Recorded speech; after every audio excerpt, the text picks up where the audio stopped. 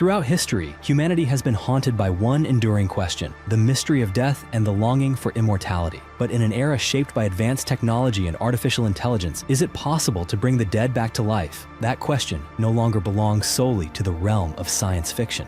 In 2017, the world quietly marked the 50th anniversary of Dr. James Hiram Bedford's cryonic suspension, a man who, in 1967, became the first person in history to voluntarily enter a state of frozen sleep after death, hoping that science might one day bring him back. That dream has stirred both fascination and controversy for half a century. And today, in an age when technology has advanced farther than ever before, we revisit the story of Dr. Bedford and explore the astonishing strides humanity has made in the pursuit of one of its oldest ambitions: to conquer death.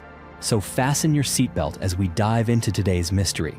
But first, you'll have incredible luck if you like and subscribe before this video ends.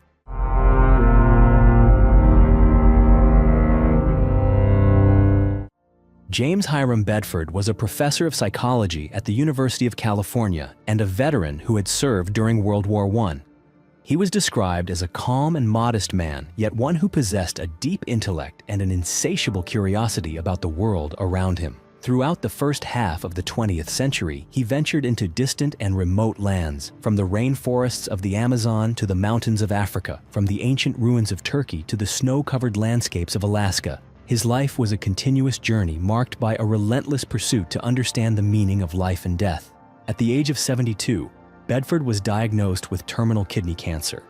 The disease had already metastasized to his lungs, and given the limits of medical treatment at the time, there was no hope of prolonging his life.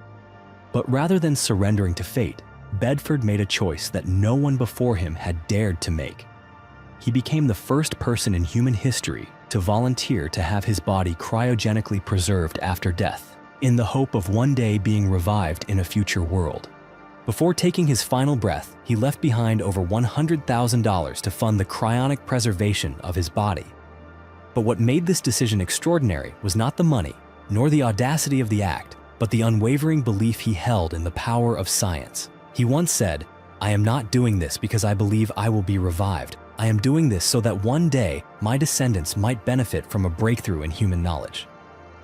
Immediately after Bedford's heart stopped beating, a team of 3 researchers, among them Robert Nelson, who at the time was leading the Life Extension Society, began the process of preserving his body using cryonics. The first step in the procedure was to maintain circulation in order to prevent tissue decomposition. The doctors administered artificial respiration and performed chest compressions briefly before proceeding to drain all of the blood from his body. In its place, they injected a chemical solution into his veins, one capable of deeply penetrating tissue and reducing the formation of ice crystals, with the goal of protecting vital organs from freezing damage. Finally, Bedford's body was placed into a tank of liquid nitrogen cooled to -196 degrees Celsius, conditions believed to be sufficient to bring the human body into long-term suspended animation. However, the process was not without complications. At the time of Bedford's death, the specialized cryonic storage chamber was still under construction. While waiting for it to be completed, the research team was forced to improvise. Bedford's body was laid in a wooden coffin packed with ice and transported using a personal pickup truck. The situation grew even more complicated when tensions within Bedford's family began to flare. His ex-wife threatened to call the police if the body was brought into her home. With no other option, Nelson drove up into the remote hills of Topanga Canyon and temporarily stored Bedford's body at a friend's house. He later recalled, "I was driving along those winding mountain roads at night with a body covered in ice lying in the back of the truck. It was insane, it was terrifying, but I believed I was doing the right thing." After several weeks of temporary storage in Topanga Canyon, Bedford's body was transferred to a cryonic preservation facility in the state of Arizona. There, he became the first and only individual to be maintained in a liquid nitrogen chamber operated by the Cryonic Society of California. Though the original goal was to sustain a state of suspended animation indefinitely, reality quickly began to test that ambition through financial difficulties, legal disputes, and even internal doubts voiced by members of Bedford's own family. By 1970, Bedford was moved yet again, this time to an experimental medical equipment manufacturer called Galiso. But this was not a professional cryonics facility. It was a manufacturing workshop with unfinished containment tanks and no clear guarantees. Instead of being housed in a stable and controlled environment, Bedford's body now rested among test components in conditions that no one could confidently claim were completely safe. His tumultuous journey would continue for many more years. In July of 1976, he was transferred once again, this time to a facility in California overseen by his own wife and son. While they honored Bedford's final wishes, other relatives in the family strongly opposed the decision. A lengthy legal battle ensued, and the legal fees slowly drained the $100,000 fund he had originally set aside to sustain his preservation. In 1982, after many attempts to secure a more permanent and reliable place of storage, the body of James Bedford was transferred to the Alcor Life Extension Foundation, today the leading cryonics organization in the world. There, he was placed into a modern storage unit located on the edge of the Sonoran Desert, a facility capable of maintaining a stable temperature of -196 degrees Celsius for extended periods of time. And finally, after 15 years of constant relocation, Bedford found what could be considered a place of rest, at least in a relative sense. If James Bedford was someone who deliberately chose to enter a state of suspended animation out of faith in science, then Mitsutaka Uchikoshi is living proof of the human body's miraculous ability to survive when pushed to the edge of despair. In October 2006, Mitsutaka Uchikoshi, a 35-year-old civil servant from Kobe, Japan, joined a hiking trip with friends on Mount Rocco. After a day of barbecuing, chatting, and enjoying the view, the group decided to descend the mountain by cable car. But Uchikoshi chose to hike down alone along a small forest trail. It was a decision that nearly cost him his life. On the way down, Uchikoshi slipped and fell hard. The fall left him with a fractured pelvis and a head injury. He couldn't stand, and he had no way to call for help. At night, temperatures on Mount Rocco in autumn can drop to -10 degrees Celsius. The cold seeped into his muscles, reaching deep into his bones. Uchikoshi quickly lost consciousness. But what no one could have expected was that he didn't die. He entered a state of hibernation.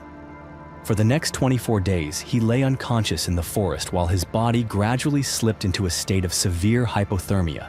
When a passing hiker finally stumbled upon him and called emergency services, Uchikoshi was on the brink of death. By the time he arrived at Kobe City General Hospital, doctors touched his skin and found that his entire body was ice cold. His core temperature had plummeted to extreme lows, and several of his internal organs had nearly ceased functioning. According to modern medicine, those were the unmistakable signs of irreversible death. But then, something extraordinary happened. Doctors immediately began warming his body, stabilizing his circulation, and closely monitoring his vital signs. Over the course of more than 50 days of intensive treatment, they slowly realized that Uchikoshi's damaged organs were beginning to recover. Not only did he survive, but he was discharged without any lasting damage or serious complications. What stunned medical experts most was the possibility that Uchikoshi had entered a state similar to natural hibernation, a rare but real physiological reaction in which the human body slows all metabolic activity to a minimum in order to conserve energy and preserve life. In that state, rather than shutting down completely, the brain had seemingly adjusted its energy use on its own, protecting its core functions from collapse. And it may have been this unrecorded biological mechanism that ultimately saved his life.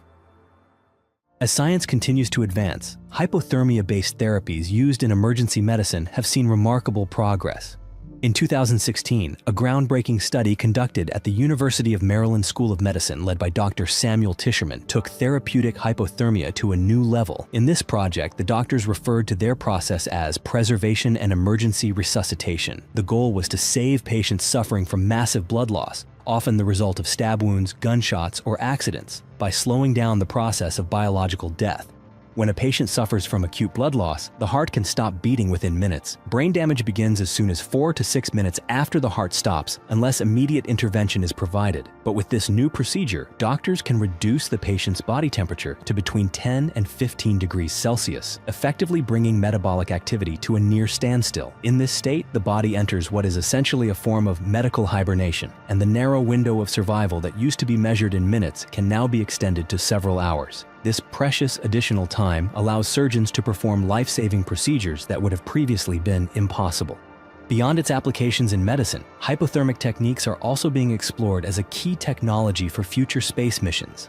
NASA and several private companies, including SpaceX, have invested millions of dollars into researching the possibility of placing humans into induced hibernation during interplanetary journeys, such as missions to Mars, which can take anywhere from 6 to 9 months. On missions of that scale, maintaining continuous life support for the crew presents an enormous challenge. But if astronauts could be placed into a state of suspended animation, energy consumption would drop dramatically, and the psychological and medical risks of long-duration spaceflight could be significantly reduced. If the story of Mitsutaka Uchikoshi left the scientific community bewildered due to its unprecedented and unexpected nature, then just a few years later, another case would once again leave researchers astonished. In early 2012, Swedish media reported what appeared to be an impossible survival story. A 44-year-old man was found trapped inside his car in a remote forested area in northern Sweden. The vehicle had been buried under a thick layer of snow, in extreme weather conditions where temperatures routinely dropped below -30 degrees Celsius. When rescue teams discovered him, they were almost certain they had arrived too late. The man was found lying motionless in the back seat, wrapped in an old sleeping bag. There were no clear signs of life. The car contained no food, and the fuel had long since run out. There was no heat. He had survived by eating snow and eventually slipped into a semi-comatose state. Doctors at the local hospital later admitted that they could not clearly explain how the man had survived.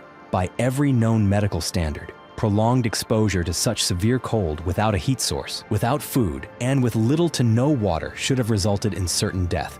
Just like Uchikoshi, this case had undergone no medical intervention. There were no machines monitoring core temperature, no specialized nutritional solutions, and no technicians standing by to track vital signs. This was not a miracle. It may have been a biological clue about the hidden ability of the human body to transcend its own limits. And if that is true, then what exactly is stopping us from activating that ability on command? Today's story is not just about science, it's about belief. Belief in the future, in new boundaries of life, and in a potential that humanity has never fully dared to acknowledge. If what you've just heard made you reflect on the thin line between life and death, feel free to share your thoughts in the comments below. And if you'd like to continue joining us on this journey into the unexplained, don't forget to subscribe and turn on notifications. We'll see you in the next video.